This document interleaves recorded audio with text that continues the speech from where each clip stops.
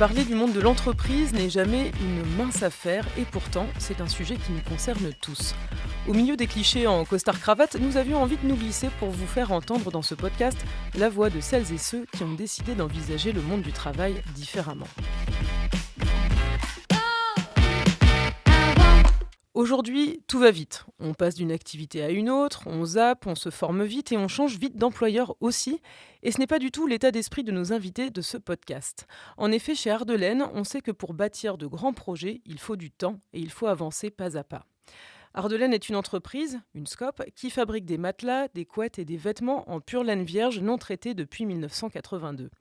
À l'origine, c'était un groupe d'individus qui ne venaient pas du tout du milieu du textile, qui décident de redynamiser un secteur d'activité, mais aussi un territoire au cœur de l'Ardèche. Aujourd'hui, Ardelaine continue sur sa lancée, celle d'un entrepreneuriat qui se déroule sur le temps long et fonctionne grâce à la confiance en les individus. Une aventure coopérative résolument centrée sur l'humain.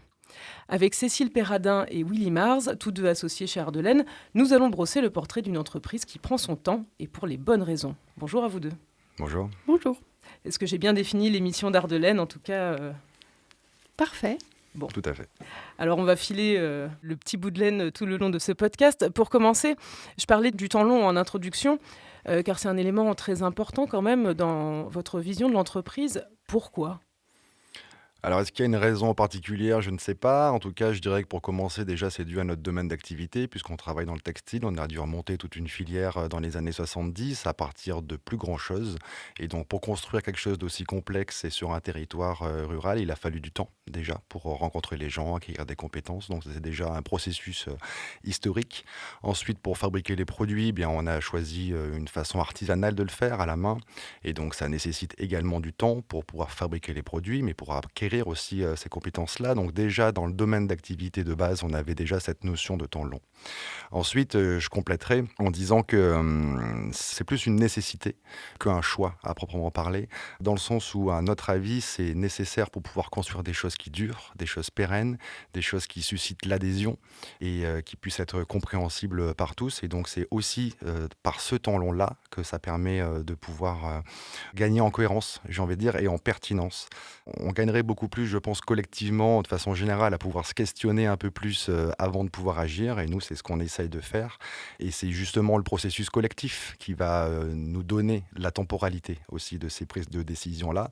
Parce qu'on va, sur tout un tas de divers sujets, chercher différents points de vue, croiser les regards. On va essayer de susciter un maximum de personnes qui peuvent répondre à une question donnée. Et donc ça, c'est un processus qui est long et qui on en a conscience, nous fait gagner en inertie aussi. On est beaucoup moins réactif que d'autres. On pense que dans une organisation plus verticale, les choses peuvent aller beaucoup plus rapidement. C'est peut-être beaucoup plus facile à ce niveau-là. Mais nous, on tient à un processus qui est plus ouvert, avec plus de démocratie au sein de l'entreprise, avec une réflexion qui est aussi horizontale. Et donc, en fait, c'est le sens que va nous donner ce temps long qui est intéressant pour nous. Voilà, on est un peu le contre-modèle de la start-up en quelque sorte. Et voilà, ça nous va bien parce qu'on arrive à construire ensemble. Et l'idée, c'est vraiment de mélanger des gens un peu différents pour essayer de faire émerger une intelligence collective et pouvoir être plus forts ensemble, quoi. Justement, vous parlez de cette horizontalité, de la somme des individus qui constituent Ardelaine. Quel sens vous donnez à ce collectif dans votre coopérative ?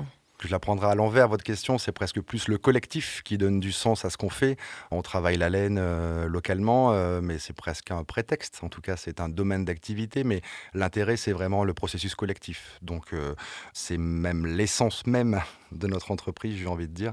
Et donc, c'est vraiment ça l'expérience collective qui va donner du sens à nos actions. Et nous, on a toujours eu à cœur de mettre l'humain au sens du travail.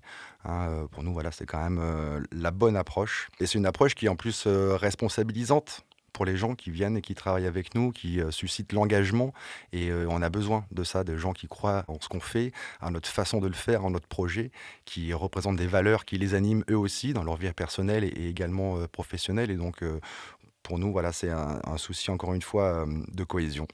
Vous remettez la citoyenneté au cœur de l'entreprise ? Ça serait un peu l'ambition. En tout cas, effectivement, on peut constater que par ailleurs, souvent, on va avoir des convictions personnelles et puis on va les laisser un petit peu sur la porte de l'entreprise lorsqu'on va aller travailler le reste du temps. Voilà, donc effectivement, on remet la citoyenneté au cœur de l'entreprise pour ne pas différencier des convictions personnelles de ce qui peut se passer la journée au travail. Donc on est voilà, dans la co-construction. Nous, l'homme providentiel, typiquement, c'est pas trop notre approche. On croit plutôt vraiment au collectif. Alors, ce qui n'empêche pas d'avoir du leadership, hein. On n'est pas tout à fait sur les mêmes notions. Simplement, on peut avoir quelque chose qui va être moteur, quelqu'un qui va être moteur, et puis qui à un autre moment ou sur un autre sujet ne va plus l'être. Et donc, on va avoir quelque chose plutôt à géométrie variable, j'ai envie de dire. En fait, vous incarnez à tour de rôle des rôles, justement. Vous incarnez des fonctions, mais il n'y en a pas une qui est plus haute que l'autre. Et vous faites un peu tous plein de choses à l'intérieur de votre entreprise. L'idée générale, c'est que tout le monde ne se mêle pas forcément de tout, mais par contre d'avoir une réflexion globale qui implique tout le monde et qui va nous permettre de faire émerger la bonne solution, on va dire. Et au-delà de produire tous ensemble quelque chose, ici des objets faits à partir de la laine, ça sert à quoi une entreprise d'un point de vue plus global? Est-ce que ça permet d'aider à redynamiser un territoire, donner de l'emploi, créer du lien, en fait, tout simplement? Je pense qu'une entreprise, ça sert d'abord à répondre à un besoin. Je pense que c'est la vocation première de toutes les entreprises. C'est mieux, d'ailleurs. Ardelaine a commencé en 1982 en répondant à un besoin flagrant sur le territoire qui était un besoin d'avoir des tondeurs, puisqu'on est un territoire où il y a des brebis, élevage ovin, et il n'y avait plus de tondeurs. C'est comme ça qu'Ardelaine a commencé. Et puis petit à petit, a construit autour, créé d'autres activités, mais qui ont toujours correspondu à un besoin, à une attente. Et je pense qu'une entreprise est aussi là pour créer des richesses. Et je pense que ce n'est pas du tout un mal ni un tort, mais que la vraie question, c'est que ces richesses, elles soient profitables à la cité et pas qu'elles soient accaparées par quelques-uns. Donc ça, c'est la petite parenthèse. Je pense que la vraie question, c'est la question du partage des richesses et de remettre justement, comme vous le disiez, de la citoyenneté et de la démocratie dans ces choix-là de partage de richesses. C'est Bernard Maris qui disait la vraie question, c'est qui tient le couteau? Comment est partagé le gâteau et qui tient le couteau? À qui profite l'entreprise? Voilà, à qui profite l'entreprise.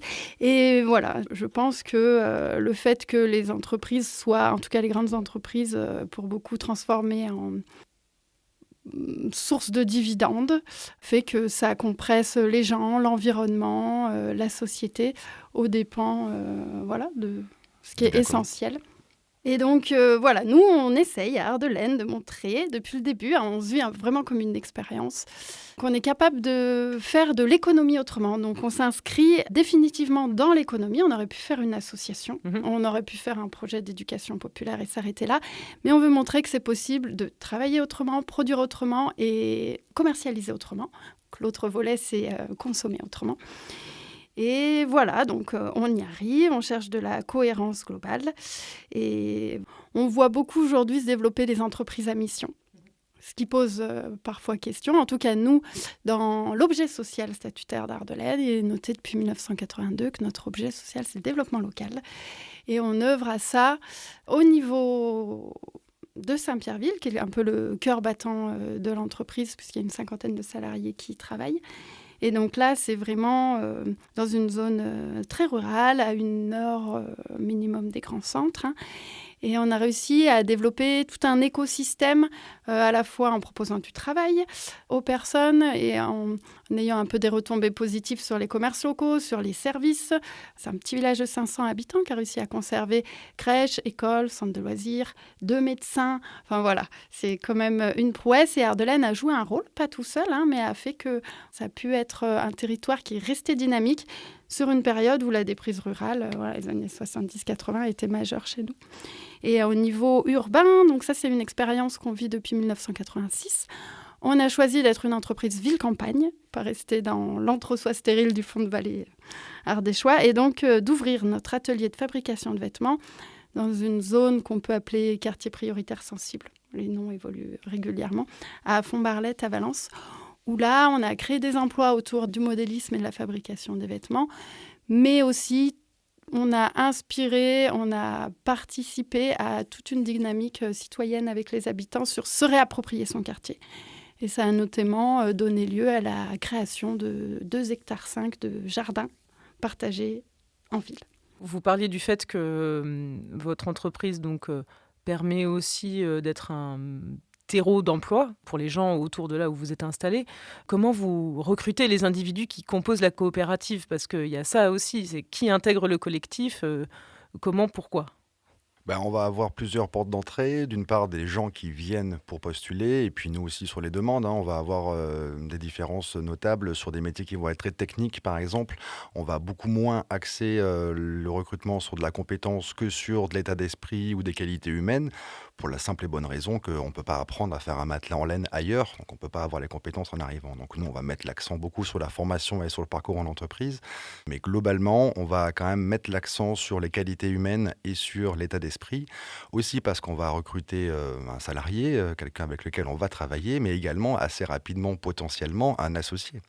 Et donc du coup, c'est pas du tout la même approche. Et donc l'état d'esprit, l'esprit collectif, le travail en équipe, la prise de décision, c'est des choses qui sont tout à fait capitales pour nous. Et les compétences peuvent venir dans un second temps, soit parce qu'il faut les apprendre, soit parce qu'on en a déjà, mais on va devoir les remixer un petit peu selon notre façon de faire. Et comment réagissent les personnes que vous recrutez? Comment elles s'adaptent à ce rythme qui peut être peut-être contre-intuitif pour plein de gens, et puis à cet état d'esprit global? Le rythme, je pense que les personnes, ça les bouscule pas tellement. Voilà, nous, on a un cycle d'1 an, voire 2 ans avant d'avoir tout vu, tout compris d'Ardelaine. C'est une entreprise qui est très complexe. Donc, je dirais que rentrer à Ardelaine, c'est surtout appréhender la complexité. Et tout dépend des personnes. Après, on peut accompagner. On offre beaucoup de temps de formation, d'accompagnement, de parcours en entreprise, aller à la rencontre, faire avec l'autre. Ça permet de se rencontrer dans le travail. Et puis, s'adapter, c'est peut-être pas forcément le mot. Je pense que quand on arrive à Ardelaine, l'idée, c'est plutôt de décaler son regard, en fait. Et la coopération et la manière dont on travaille, nous, peut être bousculante. Donc, l'idée, c'est d'accepter d'être bousculé sans basculer quelque part. Et ça peut être une aventure en soi. Ouais, vous le disiez tout à l'heure, Ardelaine, c'est une grande expérience. Et comme toute expérience, il faut du temps pour l'appréhender. Et surtout si c'est complexe comme fonctionnement. Pour continuer sur l'emploi, quelle garantie vous donnez aux personnes qui vous rejoignent? Quelles sont les grandes notions derrière ça sur l'emploi durable, sur ce qu'ils vont apprendre, sur vos valeurs, en fait, tout simplement? Alors, c'est marrant parce que là, on a fait tout un cycle de travail avec l'ensemble des personnes qui sont dans l'entreprise pour voir un peu qu'est-ce qui nous rassemblait tous. Et une des choses vraiment auxquelles on tient beaucoup, ce qui ressort, c'est que quand on rentre à Ardelaine, en fait, on a tous le même salaire. Les personnes qui sont en fonction de direction, qu'on demande à direction, elles touchent 1,2 fois de plus que les autres. Nous restons avec des petits salaires, raison gardée. Et les bénéfices sont redistribués. 45% vont aux salariés, prorata de temps de travail. 45% restent dans l'entreprise et 10% vont rémunérer le part social. Et en fait, ça permet aux personnes qui rentrent dans Ardelaine de dire « Moi, du coup, je ne suis pas assujettie à une valeur monétaire d'entreprise ». Et pour beaucoup de personnes, c'est libérateur, en fait. Et ça évite de se comparer, de parler de valeur ajoutée. Ça évite des conflits, en fait. Ça évite des conflits et ça permet de retrouver confiance en soi, de se retrouver sa vraie valeur, d'égal à égal, entre la personne qui fait de la production, la personne qui fait du commercial, etc. Puis une des autres choses, je pense qu'on offre en garantie, c'est pas vraiment une garantie, mais c'est qu'il n'y aura pas d'enrichissement personnel sur le dos des personnes qui travaillent. Et ça, c'est assez important, savoir pourquoi et pour qui on travaille. Et puis, la garantie aussi de la transparence, que chacun aura un bon niveau d'information, sera OK sur ce qui se passe dans l'entreprise, les chiffres, etc. Et en fait, cette information et cette formation, on l'accompagne tout au long de la vie de l'associé, c'est-à-dire du moment où il rentre et voilà, tout au long de son parcours dans l'entreprise, parce que chaque personne est amenée à avoir une voix au chapitre, donc en assemblée générale bien sûr, en réunion grande équipe, mais pourquoi pas, et quand même on a un grand conseil d'administration, devenir administrateur, puisqu'on a 18 places sur une 60aine de salariés, ça fait un bon degré de démocratie représentative. Et donc, être accompagné pour comprendre les mécanismes, la vision globale de l'entreprise et se construire un avis recevable dans les prises de décision. C'est une vraie démarche pédagogique et exigeante aussi, mais qui fait grandir. Et pour comprendre tout ça, et pour aussi être partie prenante intégrale, j'ai envie de dire, Faut pas juste être un simple ouvrier. Il faut avoir peut-être été sur tous les postes, comprendre les métiers de chacun. J'ai l'impression que la polyvalence, c'est quelque chose de très très important aussi pour vous, à la fois d'un point de vue métier, mais d'un point de vue aussi peut-être gestion et intellectuel. Bah, je dirais que tout comme l'égalité de salaire, c'est quelque chose qui va matérialiser vraiment notre notion de collectif. La polyvalence, déjà, pour avoir des bénéfices sur celle-ci, je pense qu'il faut qu'elle soit maîtrisée. On a eu des diverses expériences qui nous prouvent qu'on ne peut pas tout faire, on se perd, on fait mal, ainsi de suite, donc c'est pas ça. Par contre, du coup, l'idée, c'est vraiment de pouvoir investir plusieurs secteurs et ça a vraiment des tas de vertus, notamment sur l'emploi, comme on le disait, en milieu rural et bien sur des métiers saisonniers. Du coup, la polyvalence va permettre à quelqu'un d'avoir du travail toute l'année. On a un de nos collègues, par exemple, qui va tondre les moutons au printemps, qui va faire des visites de musées durant l'été, qui va faire des matelas durant l'hiver. Voilà, du coup, c'est quelqu'un qui va pouvoir avoir une vision un peu plus globale aussi. Et ça, c'est un autre intérêt de la polyvalence, pouvoir diversifier un petit peu les expériences dans divers secteurs. On a 13 secteurs d'activité dans notre entreprise. Du coup, c'est important d'acquérir au fur et à mesure une vision globale, d'avoir un peu plus d'expérience. C'est aussi une rencontre avec des collègues qu'on va pouvoir croiser lors des temps de repas, par exemple, ou des temps collectifs, mais travailler avec lui une journée régulièrement va permettre de tisser des liens aussi entre nous. Donc, c'est quand même vraiment quelque chose de hyper intéressant. Et puis, c'est quand même aussi un gage de réactivité et de résilience, j'ai envie de dire. Lors de la période Covid, par exemple, on a eu nos activités touristiques qui ont été fermées, hein, comme toutes celles dans l'Hexagone. Oui, parce Eh que bien, je précise, vous avez un musée. voilà. Évidemment, on a aussi un site touristique où on accueille pas mal de visiteurs autour de la thématique de la laine et beaucoup d'ateliers aussi, ainsi de suite. Donc, on accueille du public toute l'année sur notre site. Et donc, ces activités-là étaient nécessairement fermées et les personnes qui étaient censées faire les visites ou de l'accueil sont plutôt venues travailler et soutenir le secteur de l'expédition qui, du coup, marchait beaucoup plus à ce moment-là. Donc, ça permet vraiment de pouvoir s'adapter à chaque situation, de gagner en réactivité, en collectif et en solidarité aussi. Moi, j'aime bien parler de la polyvalence au niveau des richesses humaines comme un grand puzzle à construire. Et ça, c'est un travail de tous les jours. Mais l'image du puzzle est vraiment vraie puisque les personnes ont souvent 2 voire 3 métiers dans l'entreprise. Et il faut que ça puisse raccoler avec la pièce du haut, la pièce du bas. Et voilà, et chaque pièce mise isolément ou regardée isolément, on peut être assez neutre ou jolie, mais peut-être... à quoi sert-elle? Alors qu'elle se révèle dans le collectif global du puzzle. On voit l'image, on voit toute la beauté de ce qui est fait et tout prend sa place. Et l'idée chez Ardelaine, c'est vraiment s'émanciper, se révéler à travers le collectif qui rend possible et plus fort plutôt que le prisme de l'individualisme comme la société en fait beaucoup la promotion actuellement. Voilà, nous, c'est plutôt l'émancipation par le collectif et je trouve que ça marche. Merci beaucoup à tous les deux. Merci. Vous venez d'écouter ce podcast sur comment entreprendre autrement. Il a été élaboré main dans la main avec l'Union régionale des SCOP et des SIC Auvergne-Rhône-Alpes qu'on remercie chaleureusement. Et moi, je vous dis à très bientôt. Copeco est un podcast produit par l'agence Tam Tam en partenariat avec l'Union régionale des SCOP et des SIC Auvergne-Rhône-Alpes et chacune des structures invitées. À la présentation, Chloé Rigler. À la coordination, Christine Calderou. À la réalisation, Simon Moulin et Pierre François. Un podcast enregistré au Studio Griffon. Si vous avez aimé cet épisode et que vous souhaitez vous aussi changer l'entreprise, n'hésitez pas à le partager et à le noter sur votre appli de podcast.